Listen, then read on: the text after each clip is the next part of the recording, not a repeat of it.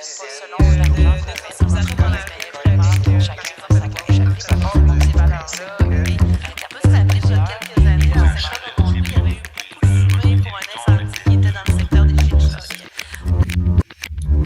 Fait au fur et à mesure que les médias évoluent, il y a comme cette espèce de... Ça glisse entre les doigts là, des censeurs ou des gens qui voudraient contrôler cette information-là. Je pense qu'on voit la même chose, par exemple, aujourd'hui avec les médias sociaux, où tout le monde peut devenir comme capitaine d'entreprise de sa propre institution ou industrie médiatique.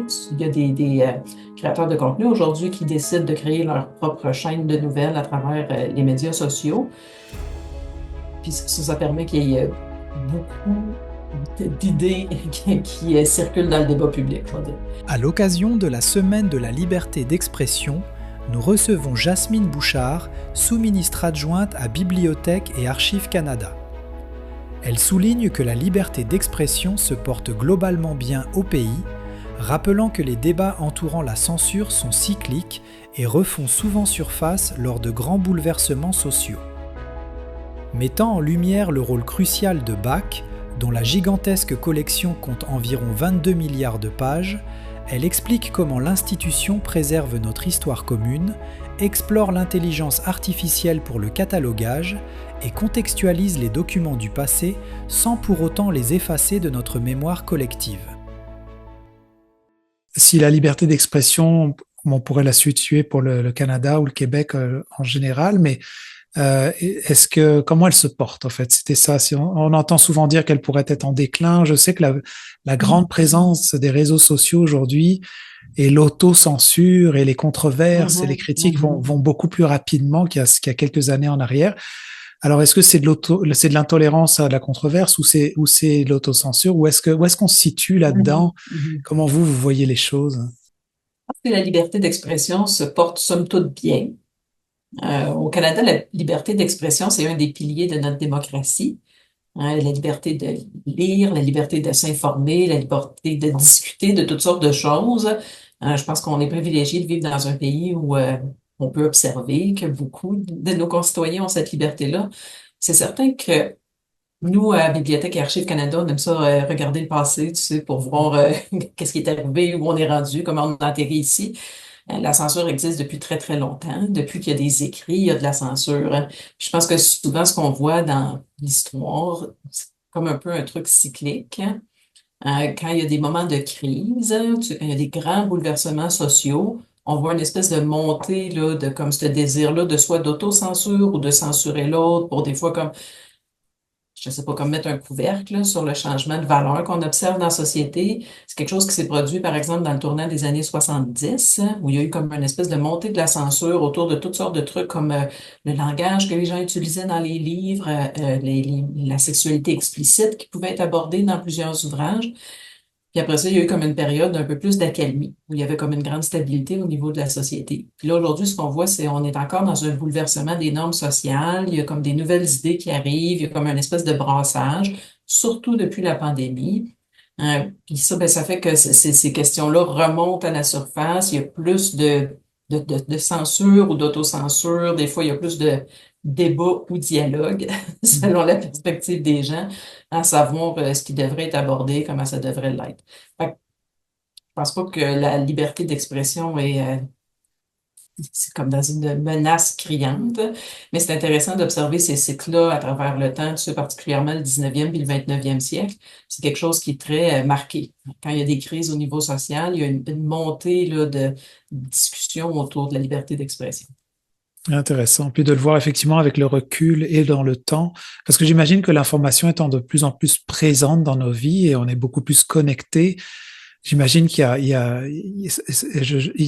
a un rôle un petit peu à jouer là-dedans, mais comment vous voyez la place justement de l'information, parce qu'on parle beaucoup de la liberté d'expression. Bah, moi, comme citoyen, je peux m'exprimer comme ça facilement avec mes proches, mais quand on commence à avoir un rôle, une responsabilité médiatique, j'imagine qu'avec le recul, les médias étaient beaucoup plus restreints il y a 50 ans en arrière qu'aujourd'hui. Alors, je ne sais pas comment vous voyez ça, la responsabilité de la liberté d'expression face à ça. Ah ben, c'est intéressant, puis c'est une question ambitieuse. Je sais pas que j'ai des réponses personnellement, Mais ce qu'on voit quand on jette un regard en arrière, hein, c'est que au début de l'impression, puis quand les écrits vont commencer comme à être produits de façon beaucoup plus comme accessible, en plus grande quantité, Mm. mais là, comme il va y avoir une perte de contrôle au niveau là, de la censure. C'était très facile quand là, les livres étaient copiés à la main, tu sais, puis c'était comme un marché très exclusif de conserver une espèce de mainmise sur les idées qui circulaient. Ça, c'est quelque chose qui va s'éroder au fur et à mesure qu'il y a des livres qui sont comme à l'impression, qui sont diffusés comme à plus grande échelle. Puis ça va être la même chose quand les journaux ou bien des fois les pamphlets, qui sont comme des toutes petites versions, là, les zines, puis toutes sortes de comme paralittérature autour des journaux vont être diffusés là, au 19e siècle, comme c'était très populaire. Fait au fur et à mesure que les médias évoluent, il y a comme cette espèce de... Ça glisse entre les doigts là, des censeurs ou des gens qui voudraient contrôler cette information-là. Je pense qu'on voit la même chose, par exemple, aujourd'hui avec les médias sociaux, où tout le monde peut devenir comme capitaine d'entreprise de sa propre institution ou industrie médiatique. Il y a des créateurs de contenu aujourd'hui qui décident de créer leur propre chaîne de nouvelles à travers les médias sociaux. Puis ça permet qu'il y ait beaucoup d'idées qui circulent dans le débat public, je veux dire. Je sais pas si ça répond à ta question, mais c'est Mm. c'est comme quand on regarde en arrière, ce qu'on voit, c'est que plus les médias se renouvellent, plus ça ouvre la porte en grand à comme ce brassage d'idées-là. Là, après ça, savoir si c'est bon, si c'est mauvais, puis où ça va nous mener, ça, va falloir rester pour voir c'est Oui, quoi là. comme les Mm. prochaines étapes. Mais oui, c'est comme un mouvement qui s'est créé déjà il y a très longtemps. Et je voulais donner un petit peu la place justement parce que justement avec les archives, parce que je trouve ça intéressant Mhm. de le regarder sous l'angle de parce qu'aujourd'hui on pourrait débattre sur toute ce forme d'idées parce qu'effectivement la porte est ouverte très facilement à l'expression, on va dire, des gens. Mais quand on regarde dans le passé aussi, l'importance d'avoir accès à notre passé pour donner un sens à ce qui se passe aussi aujourd'hui. Et je voulais donner un petit peu la place à la bibliothèque d'Archives Canada un peu là-dedans pour comment est-ce que vous vous situez, pourquoi être présent lors de cette Mhm. semaine de la liberté d'expression? Oui, ben, c'est sûr que nous, on a un rôle particulier, je vais dire, au niveau canadien. Il y a beaucoup d'autres acteurs, en fait, qui documentent là, l'histoire de la société canadienne, plusieurs centres d'archives à travers le Canada. Bibliothèque et Archives Canada, on a des très grandes collections nationales. On a la quatrième plus grande collection au monde. Notre collection d'archives à elle toute seule fait environ, c'est un estimé, 22 milliards de pages. Donc, on a beaucoup, beaucoup de matériel qui documente notre histoire commune à tous les gens qui habitent le territoire canadien. Euh, c'est sûr que cette collection-là est importante pour documenter ce qui s'est passé, tu sais, là, dans les derniers siècles. Euh, Par exemple, quand il y a eu la commission de vérité et réconciliation au Canada, il y a 2 millions de pages qui ont été sorties des archives pour venir documenter puis appuyer les témoignages des gens qui sont passés devant la commission. Fait qu'effectivement, on garde ces informations-là. On ne sait pas dans 50 ans, dans 100 ans, c'est quoi les questions que les Canadiens vont se poser. Donc, on les préserve, on en prend soin pour permettre aux gens de comme retourner en arrière, s'appuyer sur des faits. C'est intéressant parce que même les collections archivistiques doivent être regardées avec un œil critique.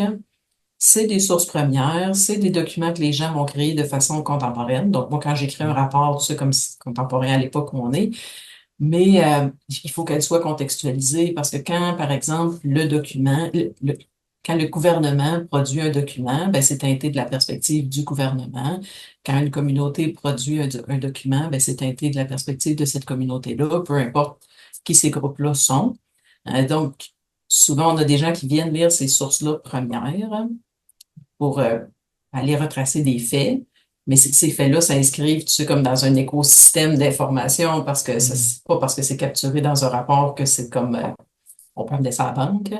Mais ça fait certainement partie de la contribution de BAC à comme cette discussion-là sur la liberté d'expression. Tout le monde est libre d'avoir son opinion. À la fin de la journée, il y a des choses qui sont quand même documentées dans notre histoire commune, qui sont arrivées ou qui ne sont pas arrivées.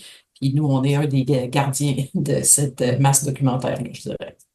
Comme l'importance pour atteindre l'objectif, je sais qu'elle n'est pas possible à atteindre à 100% parce qu'on est toujours teinté de quelque chose, mais l'objectivité en allant. J'imagine qu'une archive devrait venir avec son contexte pour en savoir vraiment pas sa valeur, mais dans le fond son sens à Mhm. ce moment-là. Ben, l'objectivité ou au moins comme s'assurer de bien documenter le contexte. Parce que ça arrive très souvent dans la démarche des historiens, par exemple, que les gens vont revisiter quelque chose 100 ans dans le futur, tu sais, ou comme 100 ans plus loin, après que les gens établissent un constat, ou bien que les faits soient arrivés, puis qu'on est comme, ah, ben, on pense que dans le fond, tel autre événement aurait influencé celui-là, tu sais, fait, il y a quelque chose que le recul nous permet pas d'avoir aujourd'hui, mais de conserver cette masse de documents-là, ben, ça va permettre aux gens de tirer soit les mêmes conclusions ou d'autres conclusions dans l'avenir. Mais c'est important qu'il y ait accès à le plus d'informations possible, des sources premières idéalement, pour pouvoir alimenter cette réflexion-là. Est-ce que l'archivage continue aujourd'hui même parce on a ça en tête qu'on va regarder toujours dans le passé, mais est-ce que c'est un travail Mhm. constant?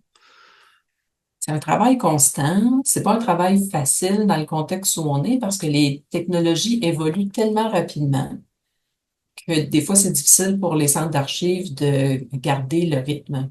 Par exemple, on a beaucoup, nous, de documents qui ont lien avec l'histoire musicale du pays. On a des cylindres de cire sur lesquels il y avait de la musique de gravée il y a très longtemps. Puis on a après ça tous les formats qui ont été euh, commercialisés au fil des ans. Là, aujourd'hui, que la musique est largement diffusée sur des plateformes de streaming comme YouTube ou Spotify, ça devient beaucoup plus difficile pour les archives de capturer cette pan-là de comme notre culture contemporaine. Donc, oui, on continue de le faire. On a un projet important à BAC qui s'appelle le GC Web Archive, les archives du gouvernement du Canada, mais les archives du Canada en général. À chaque, ben, on capture tout ce qui est publié dans le domaine .ca. Fait qu'on va crawler le web, puis tout ce qui finit avec le domaine .ca, on va en capturer une copie. C'est des archives très, très riches parce que là, dans comme 20-30 ans, les gens peuvent retourner en arrière, voir toutes sortes de comme, documents qui ont été publiés par les Canadiens. Donc, notre collection continue de grossir.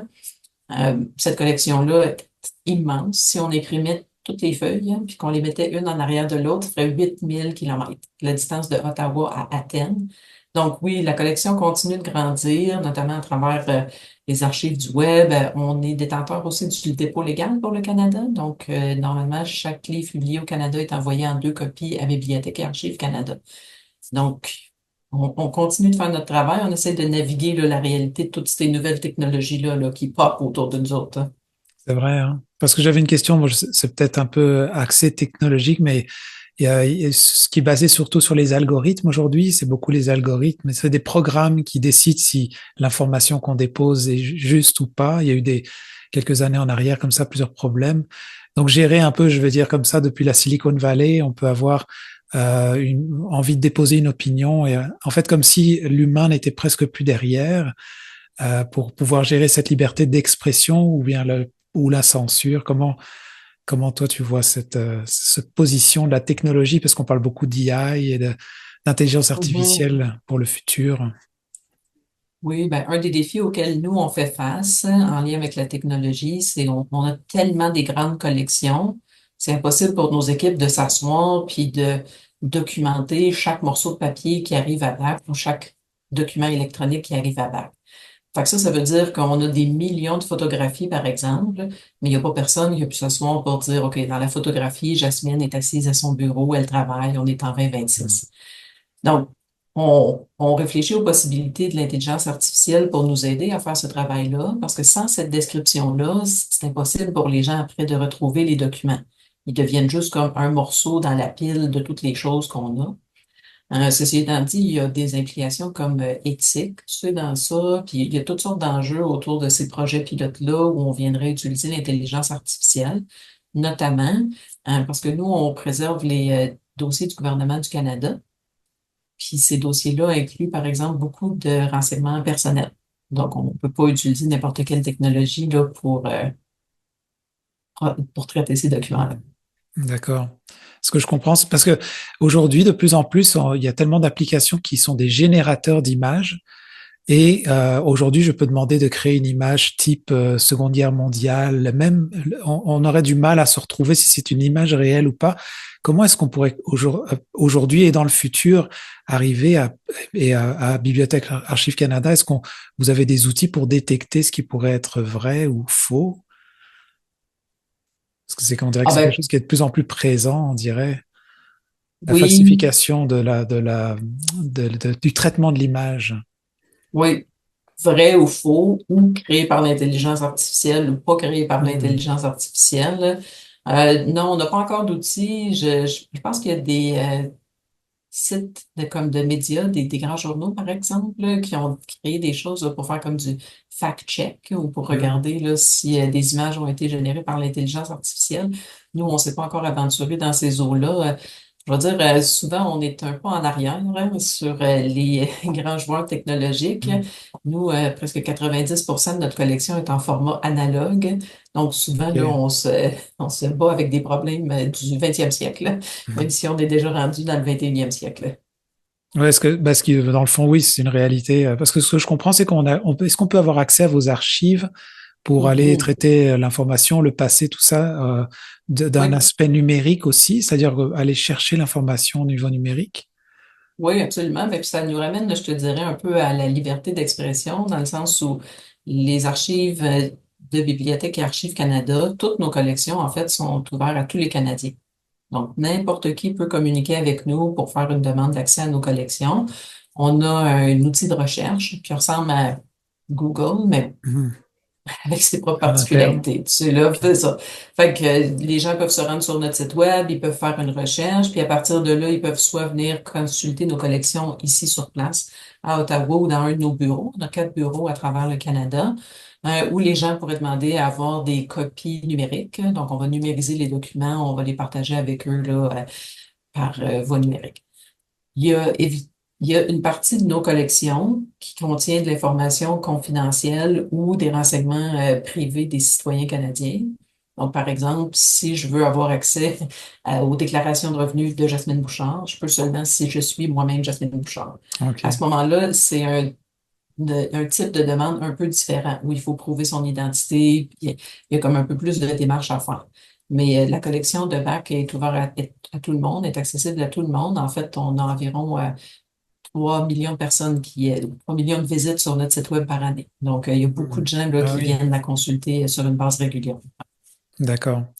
Puis peut-être pour terminer, j'avais une question qui rejoint, bon, ça concerne toujours la liberté d'expression, les archives, mais aussi l'autocensure, parce que Mhm. je vais donner un exemple très simple, parce que ça concerne un petit peu ma jeunesse aussi. Je me souviens des livres de Tintin qu'Hergé avait fait. En Oui. France, on a voulu, euh, j'allais dire, effacer de la mémoire collective son premier album qui était Tintin au Congo, parce qu'il y avait l'utilisation de mots comme nègre et tout qui était utilisé à l'intérieur.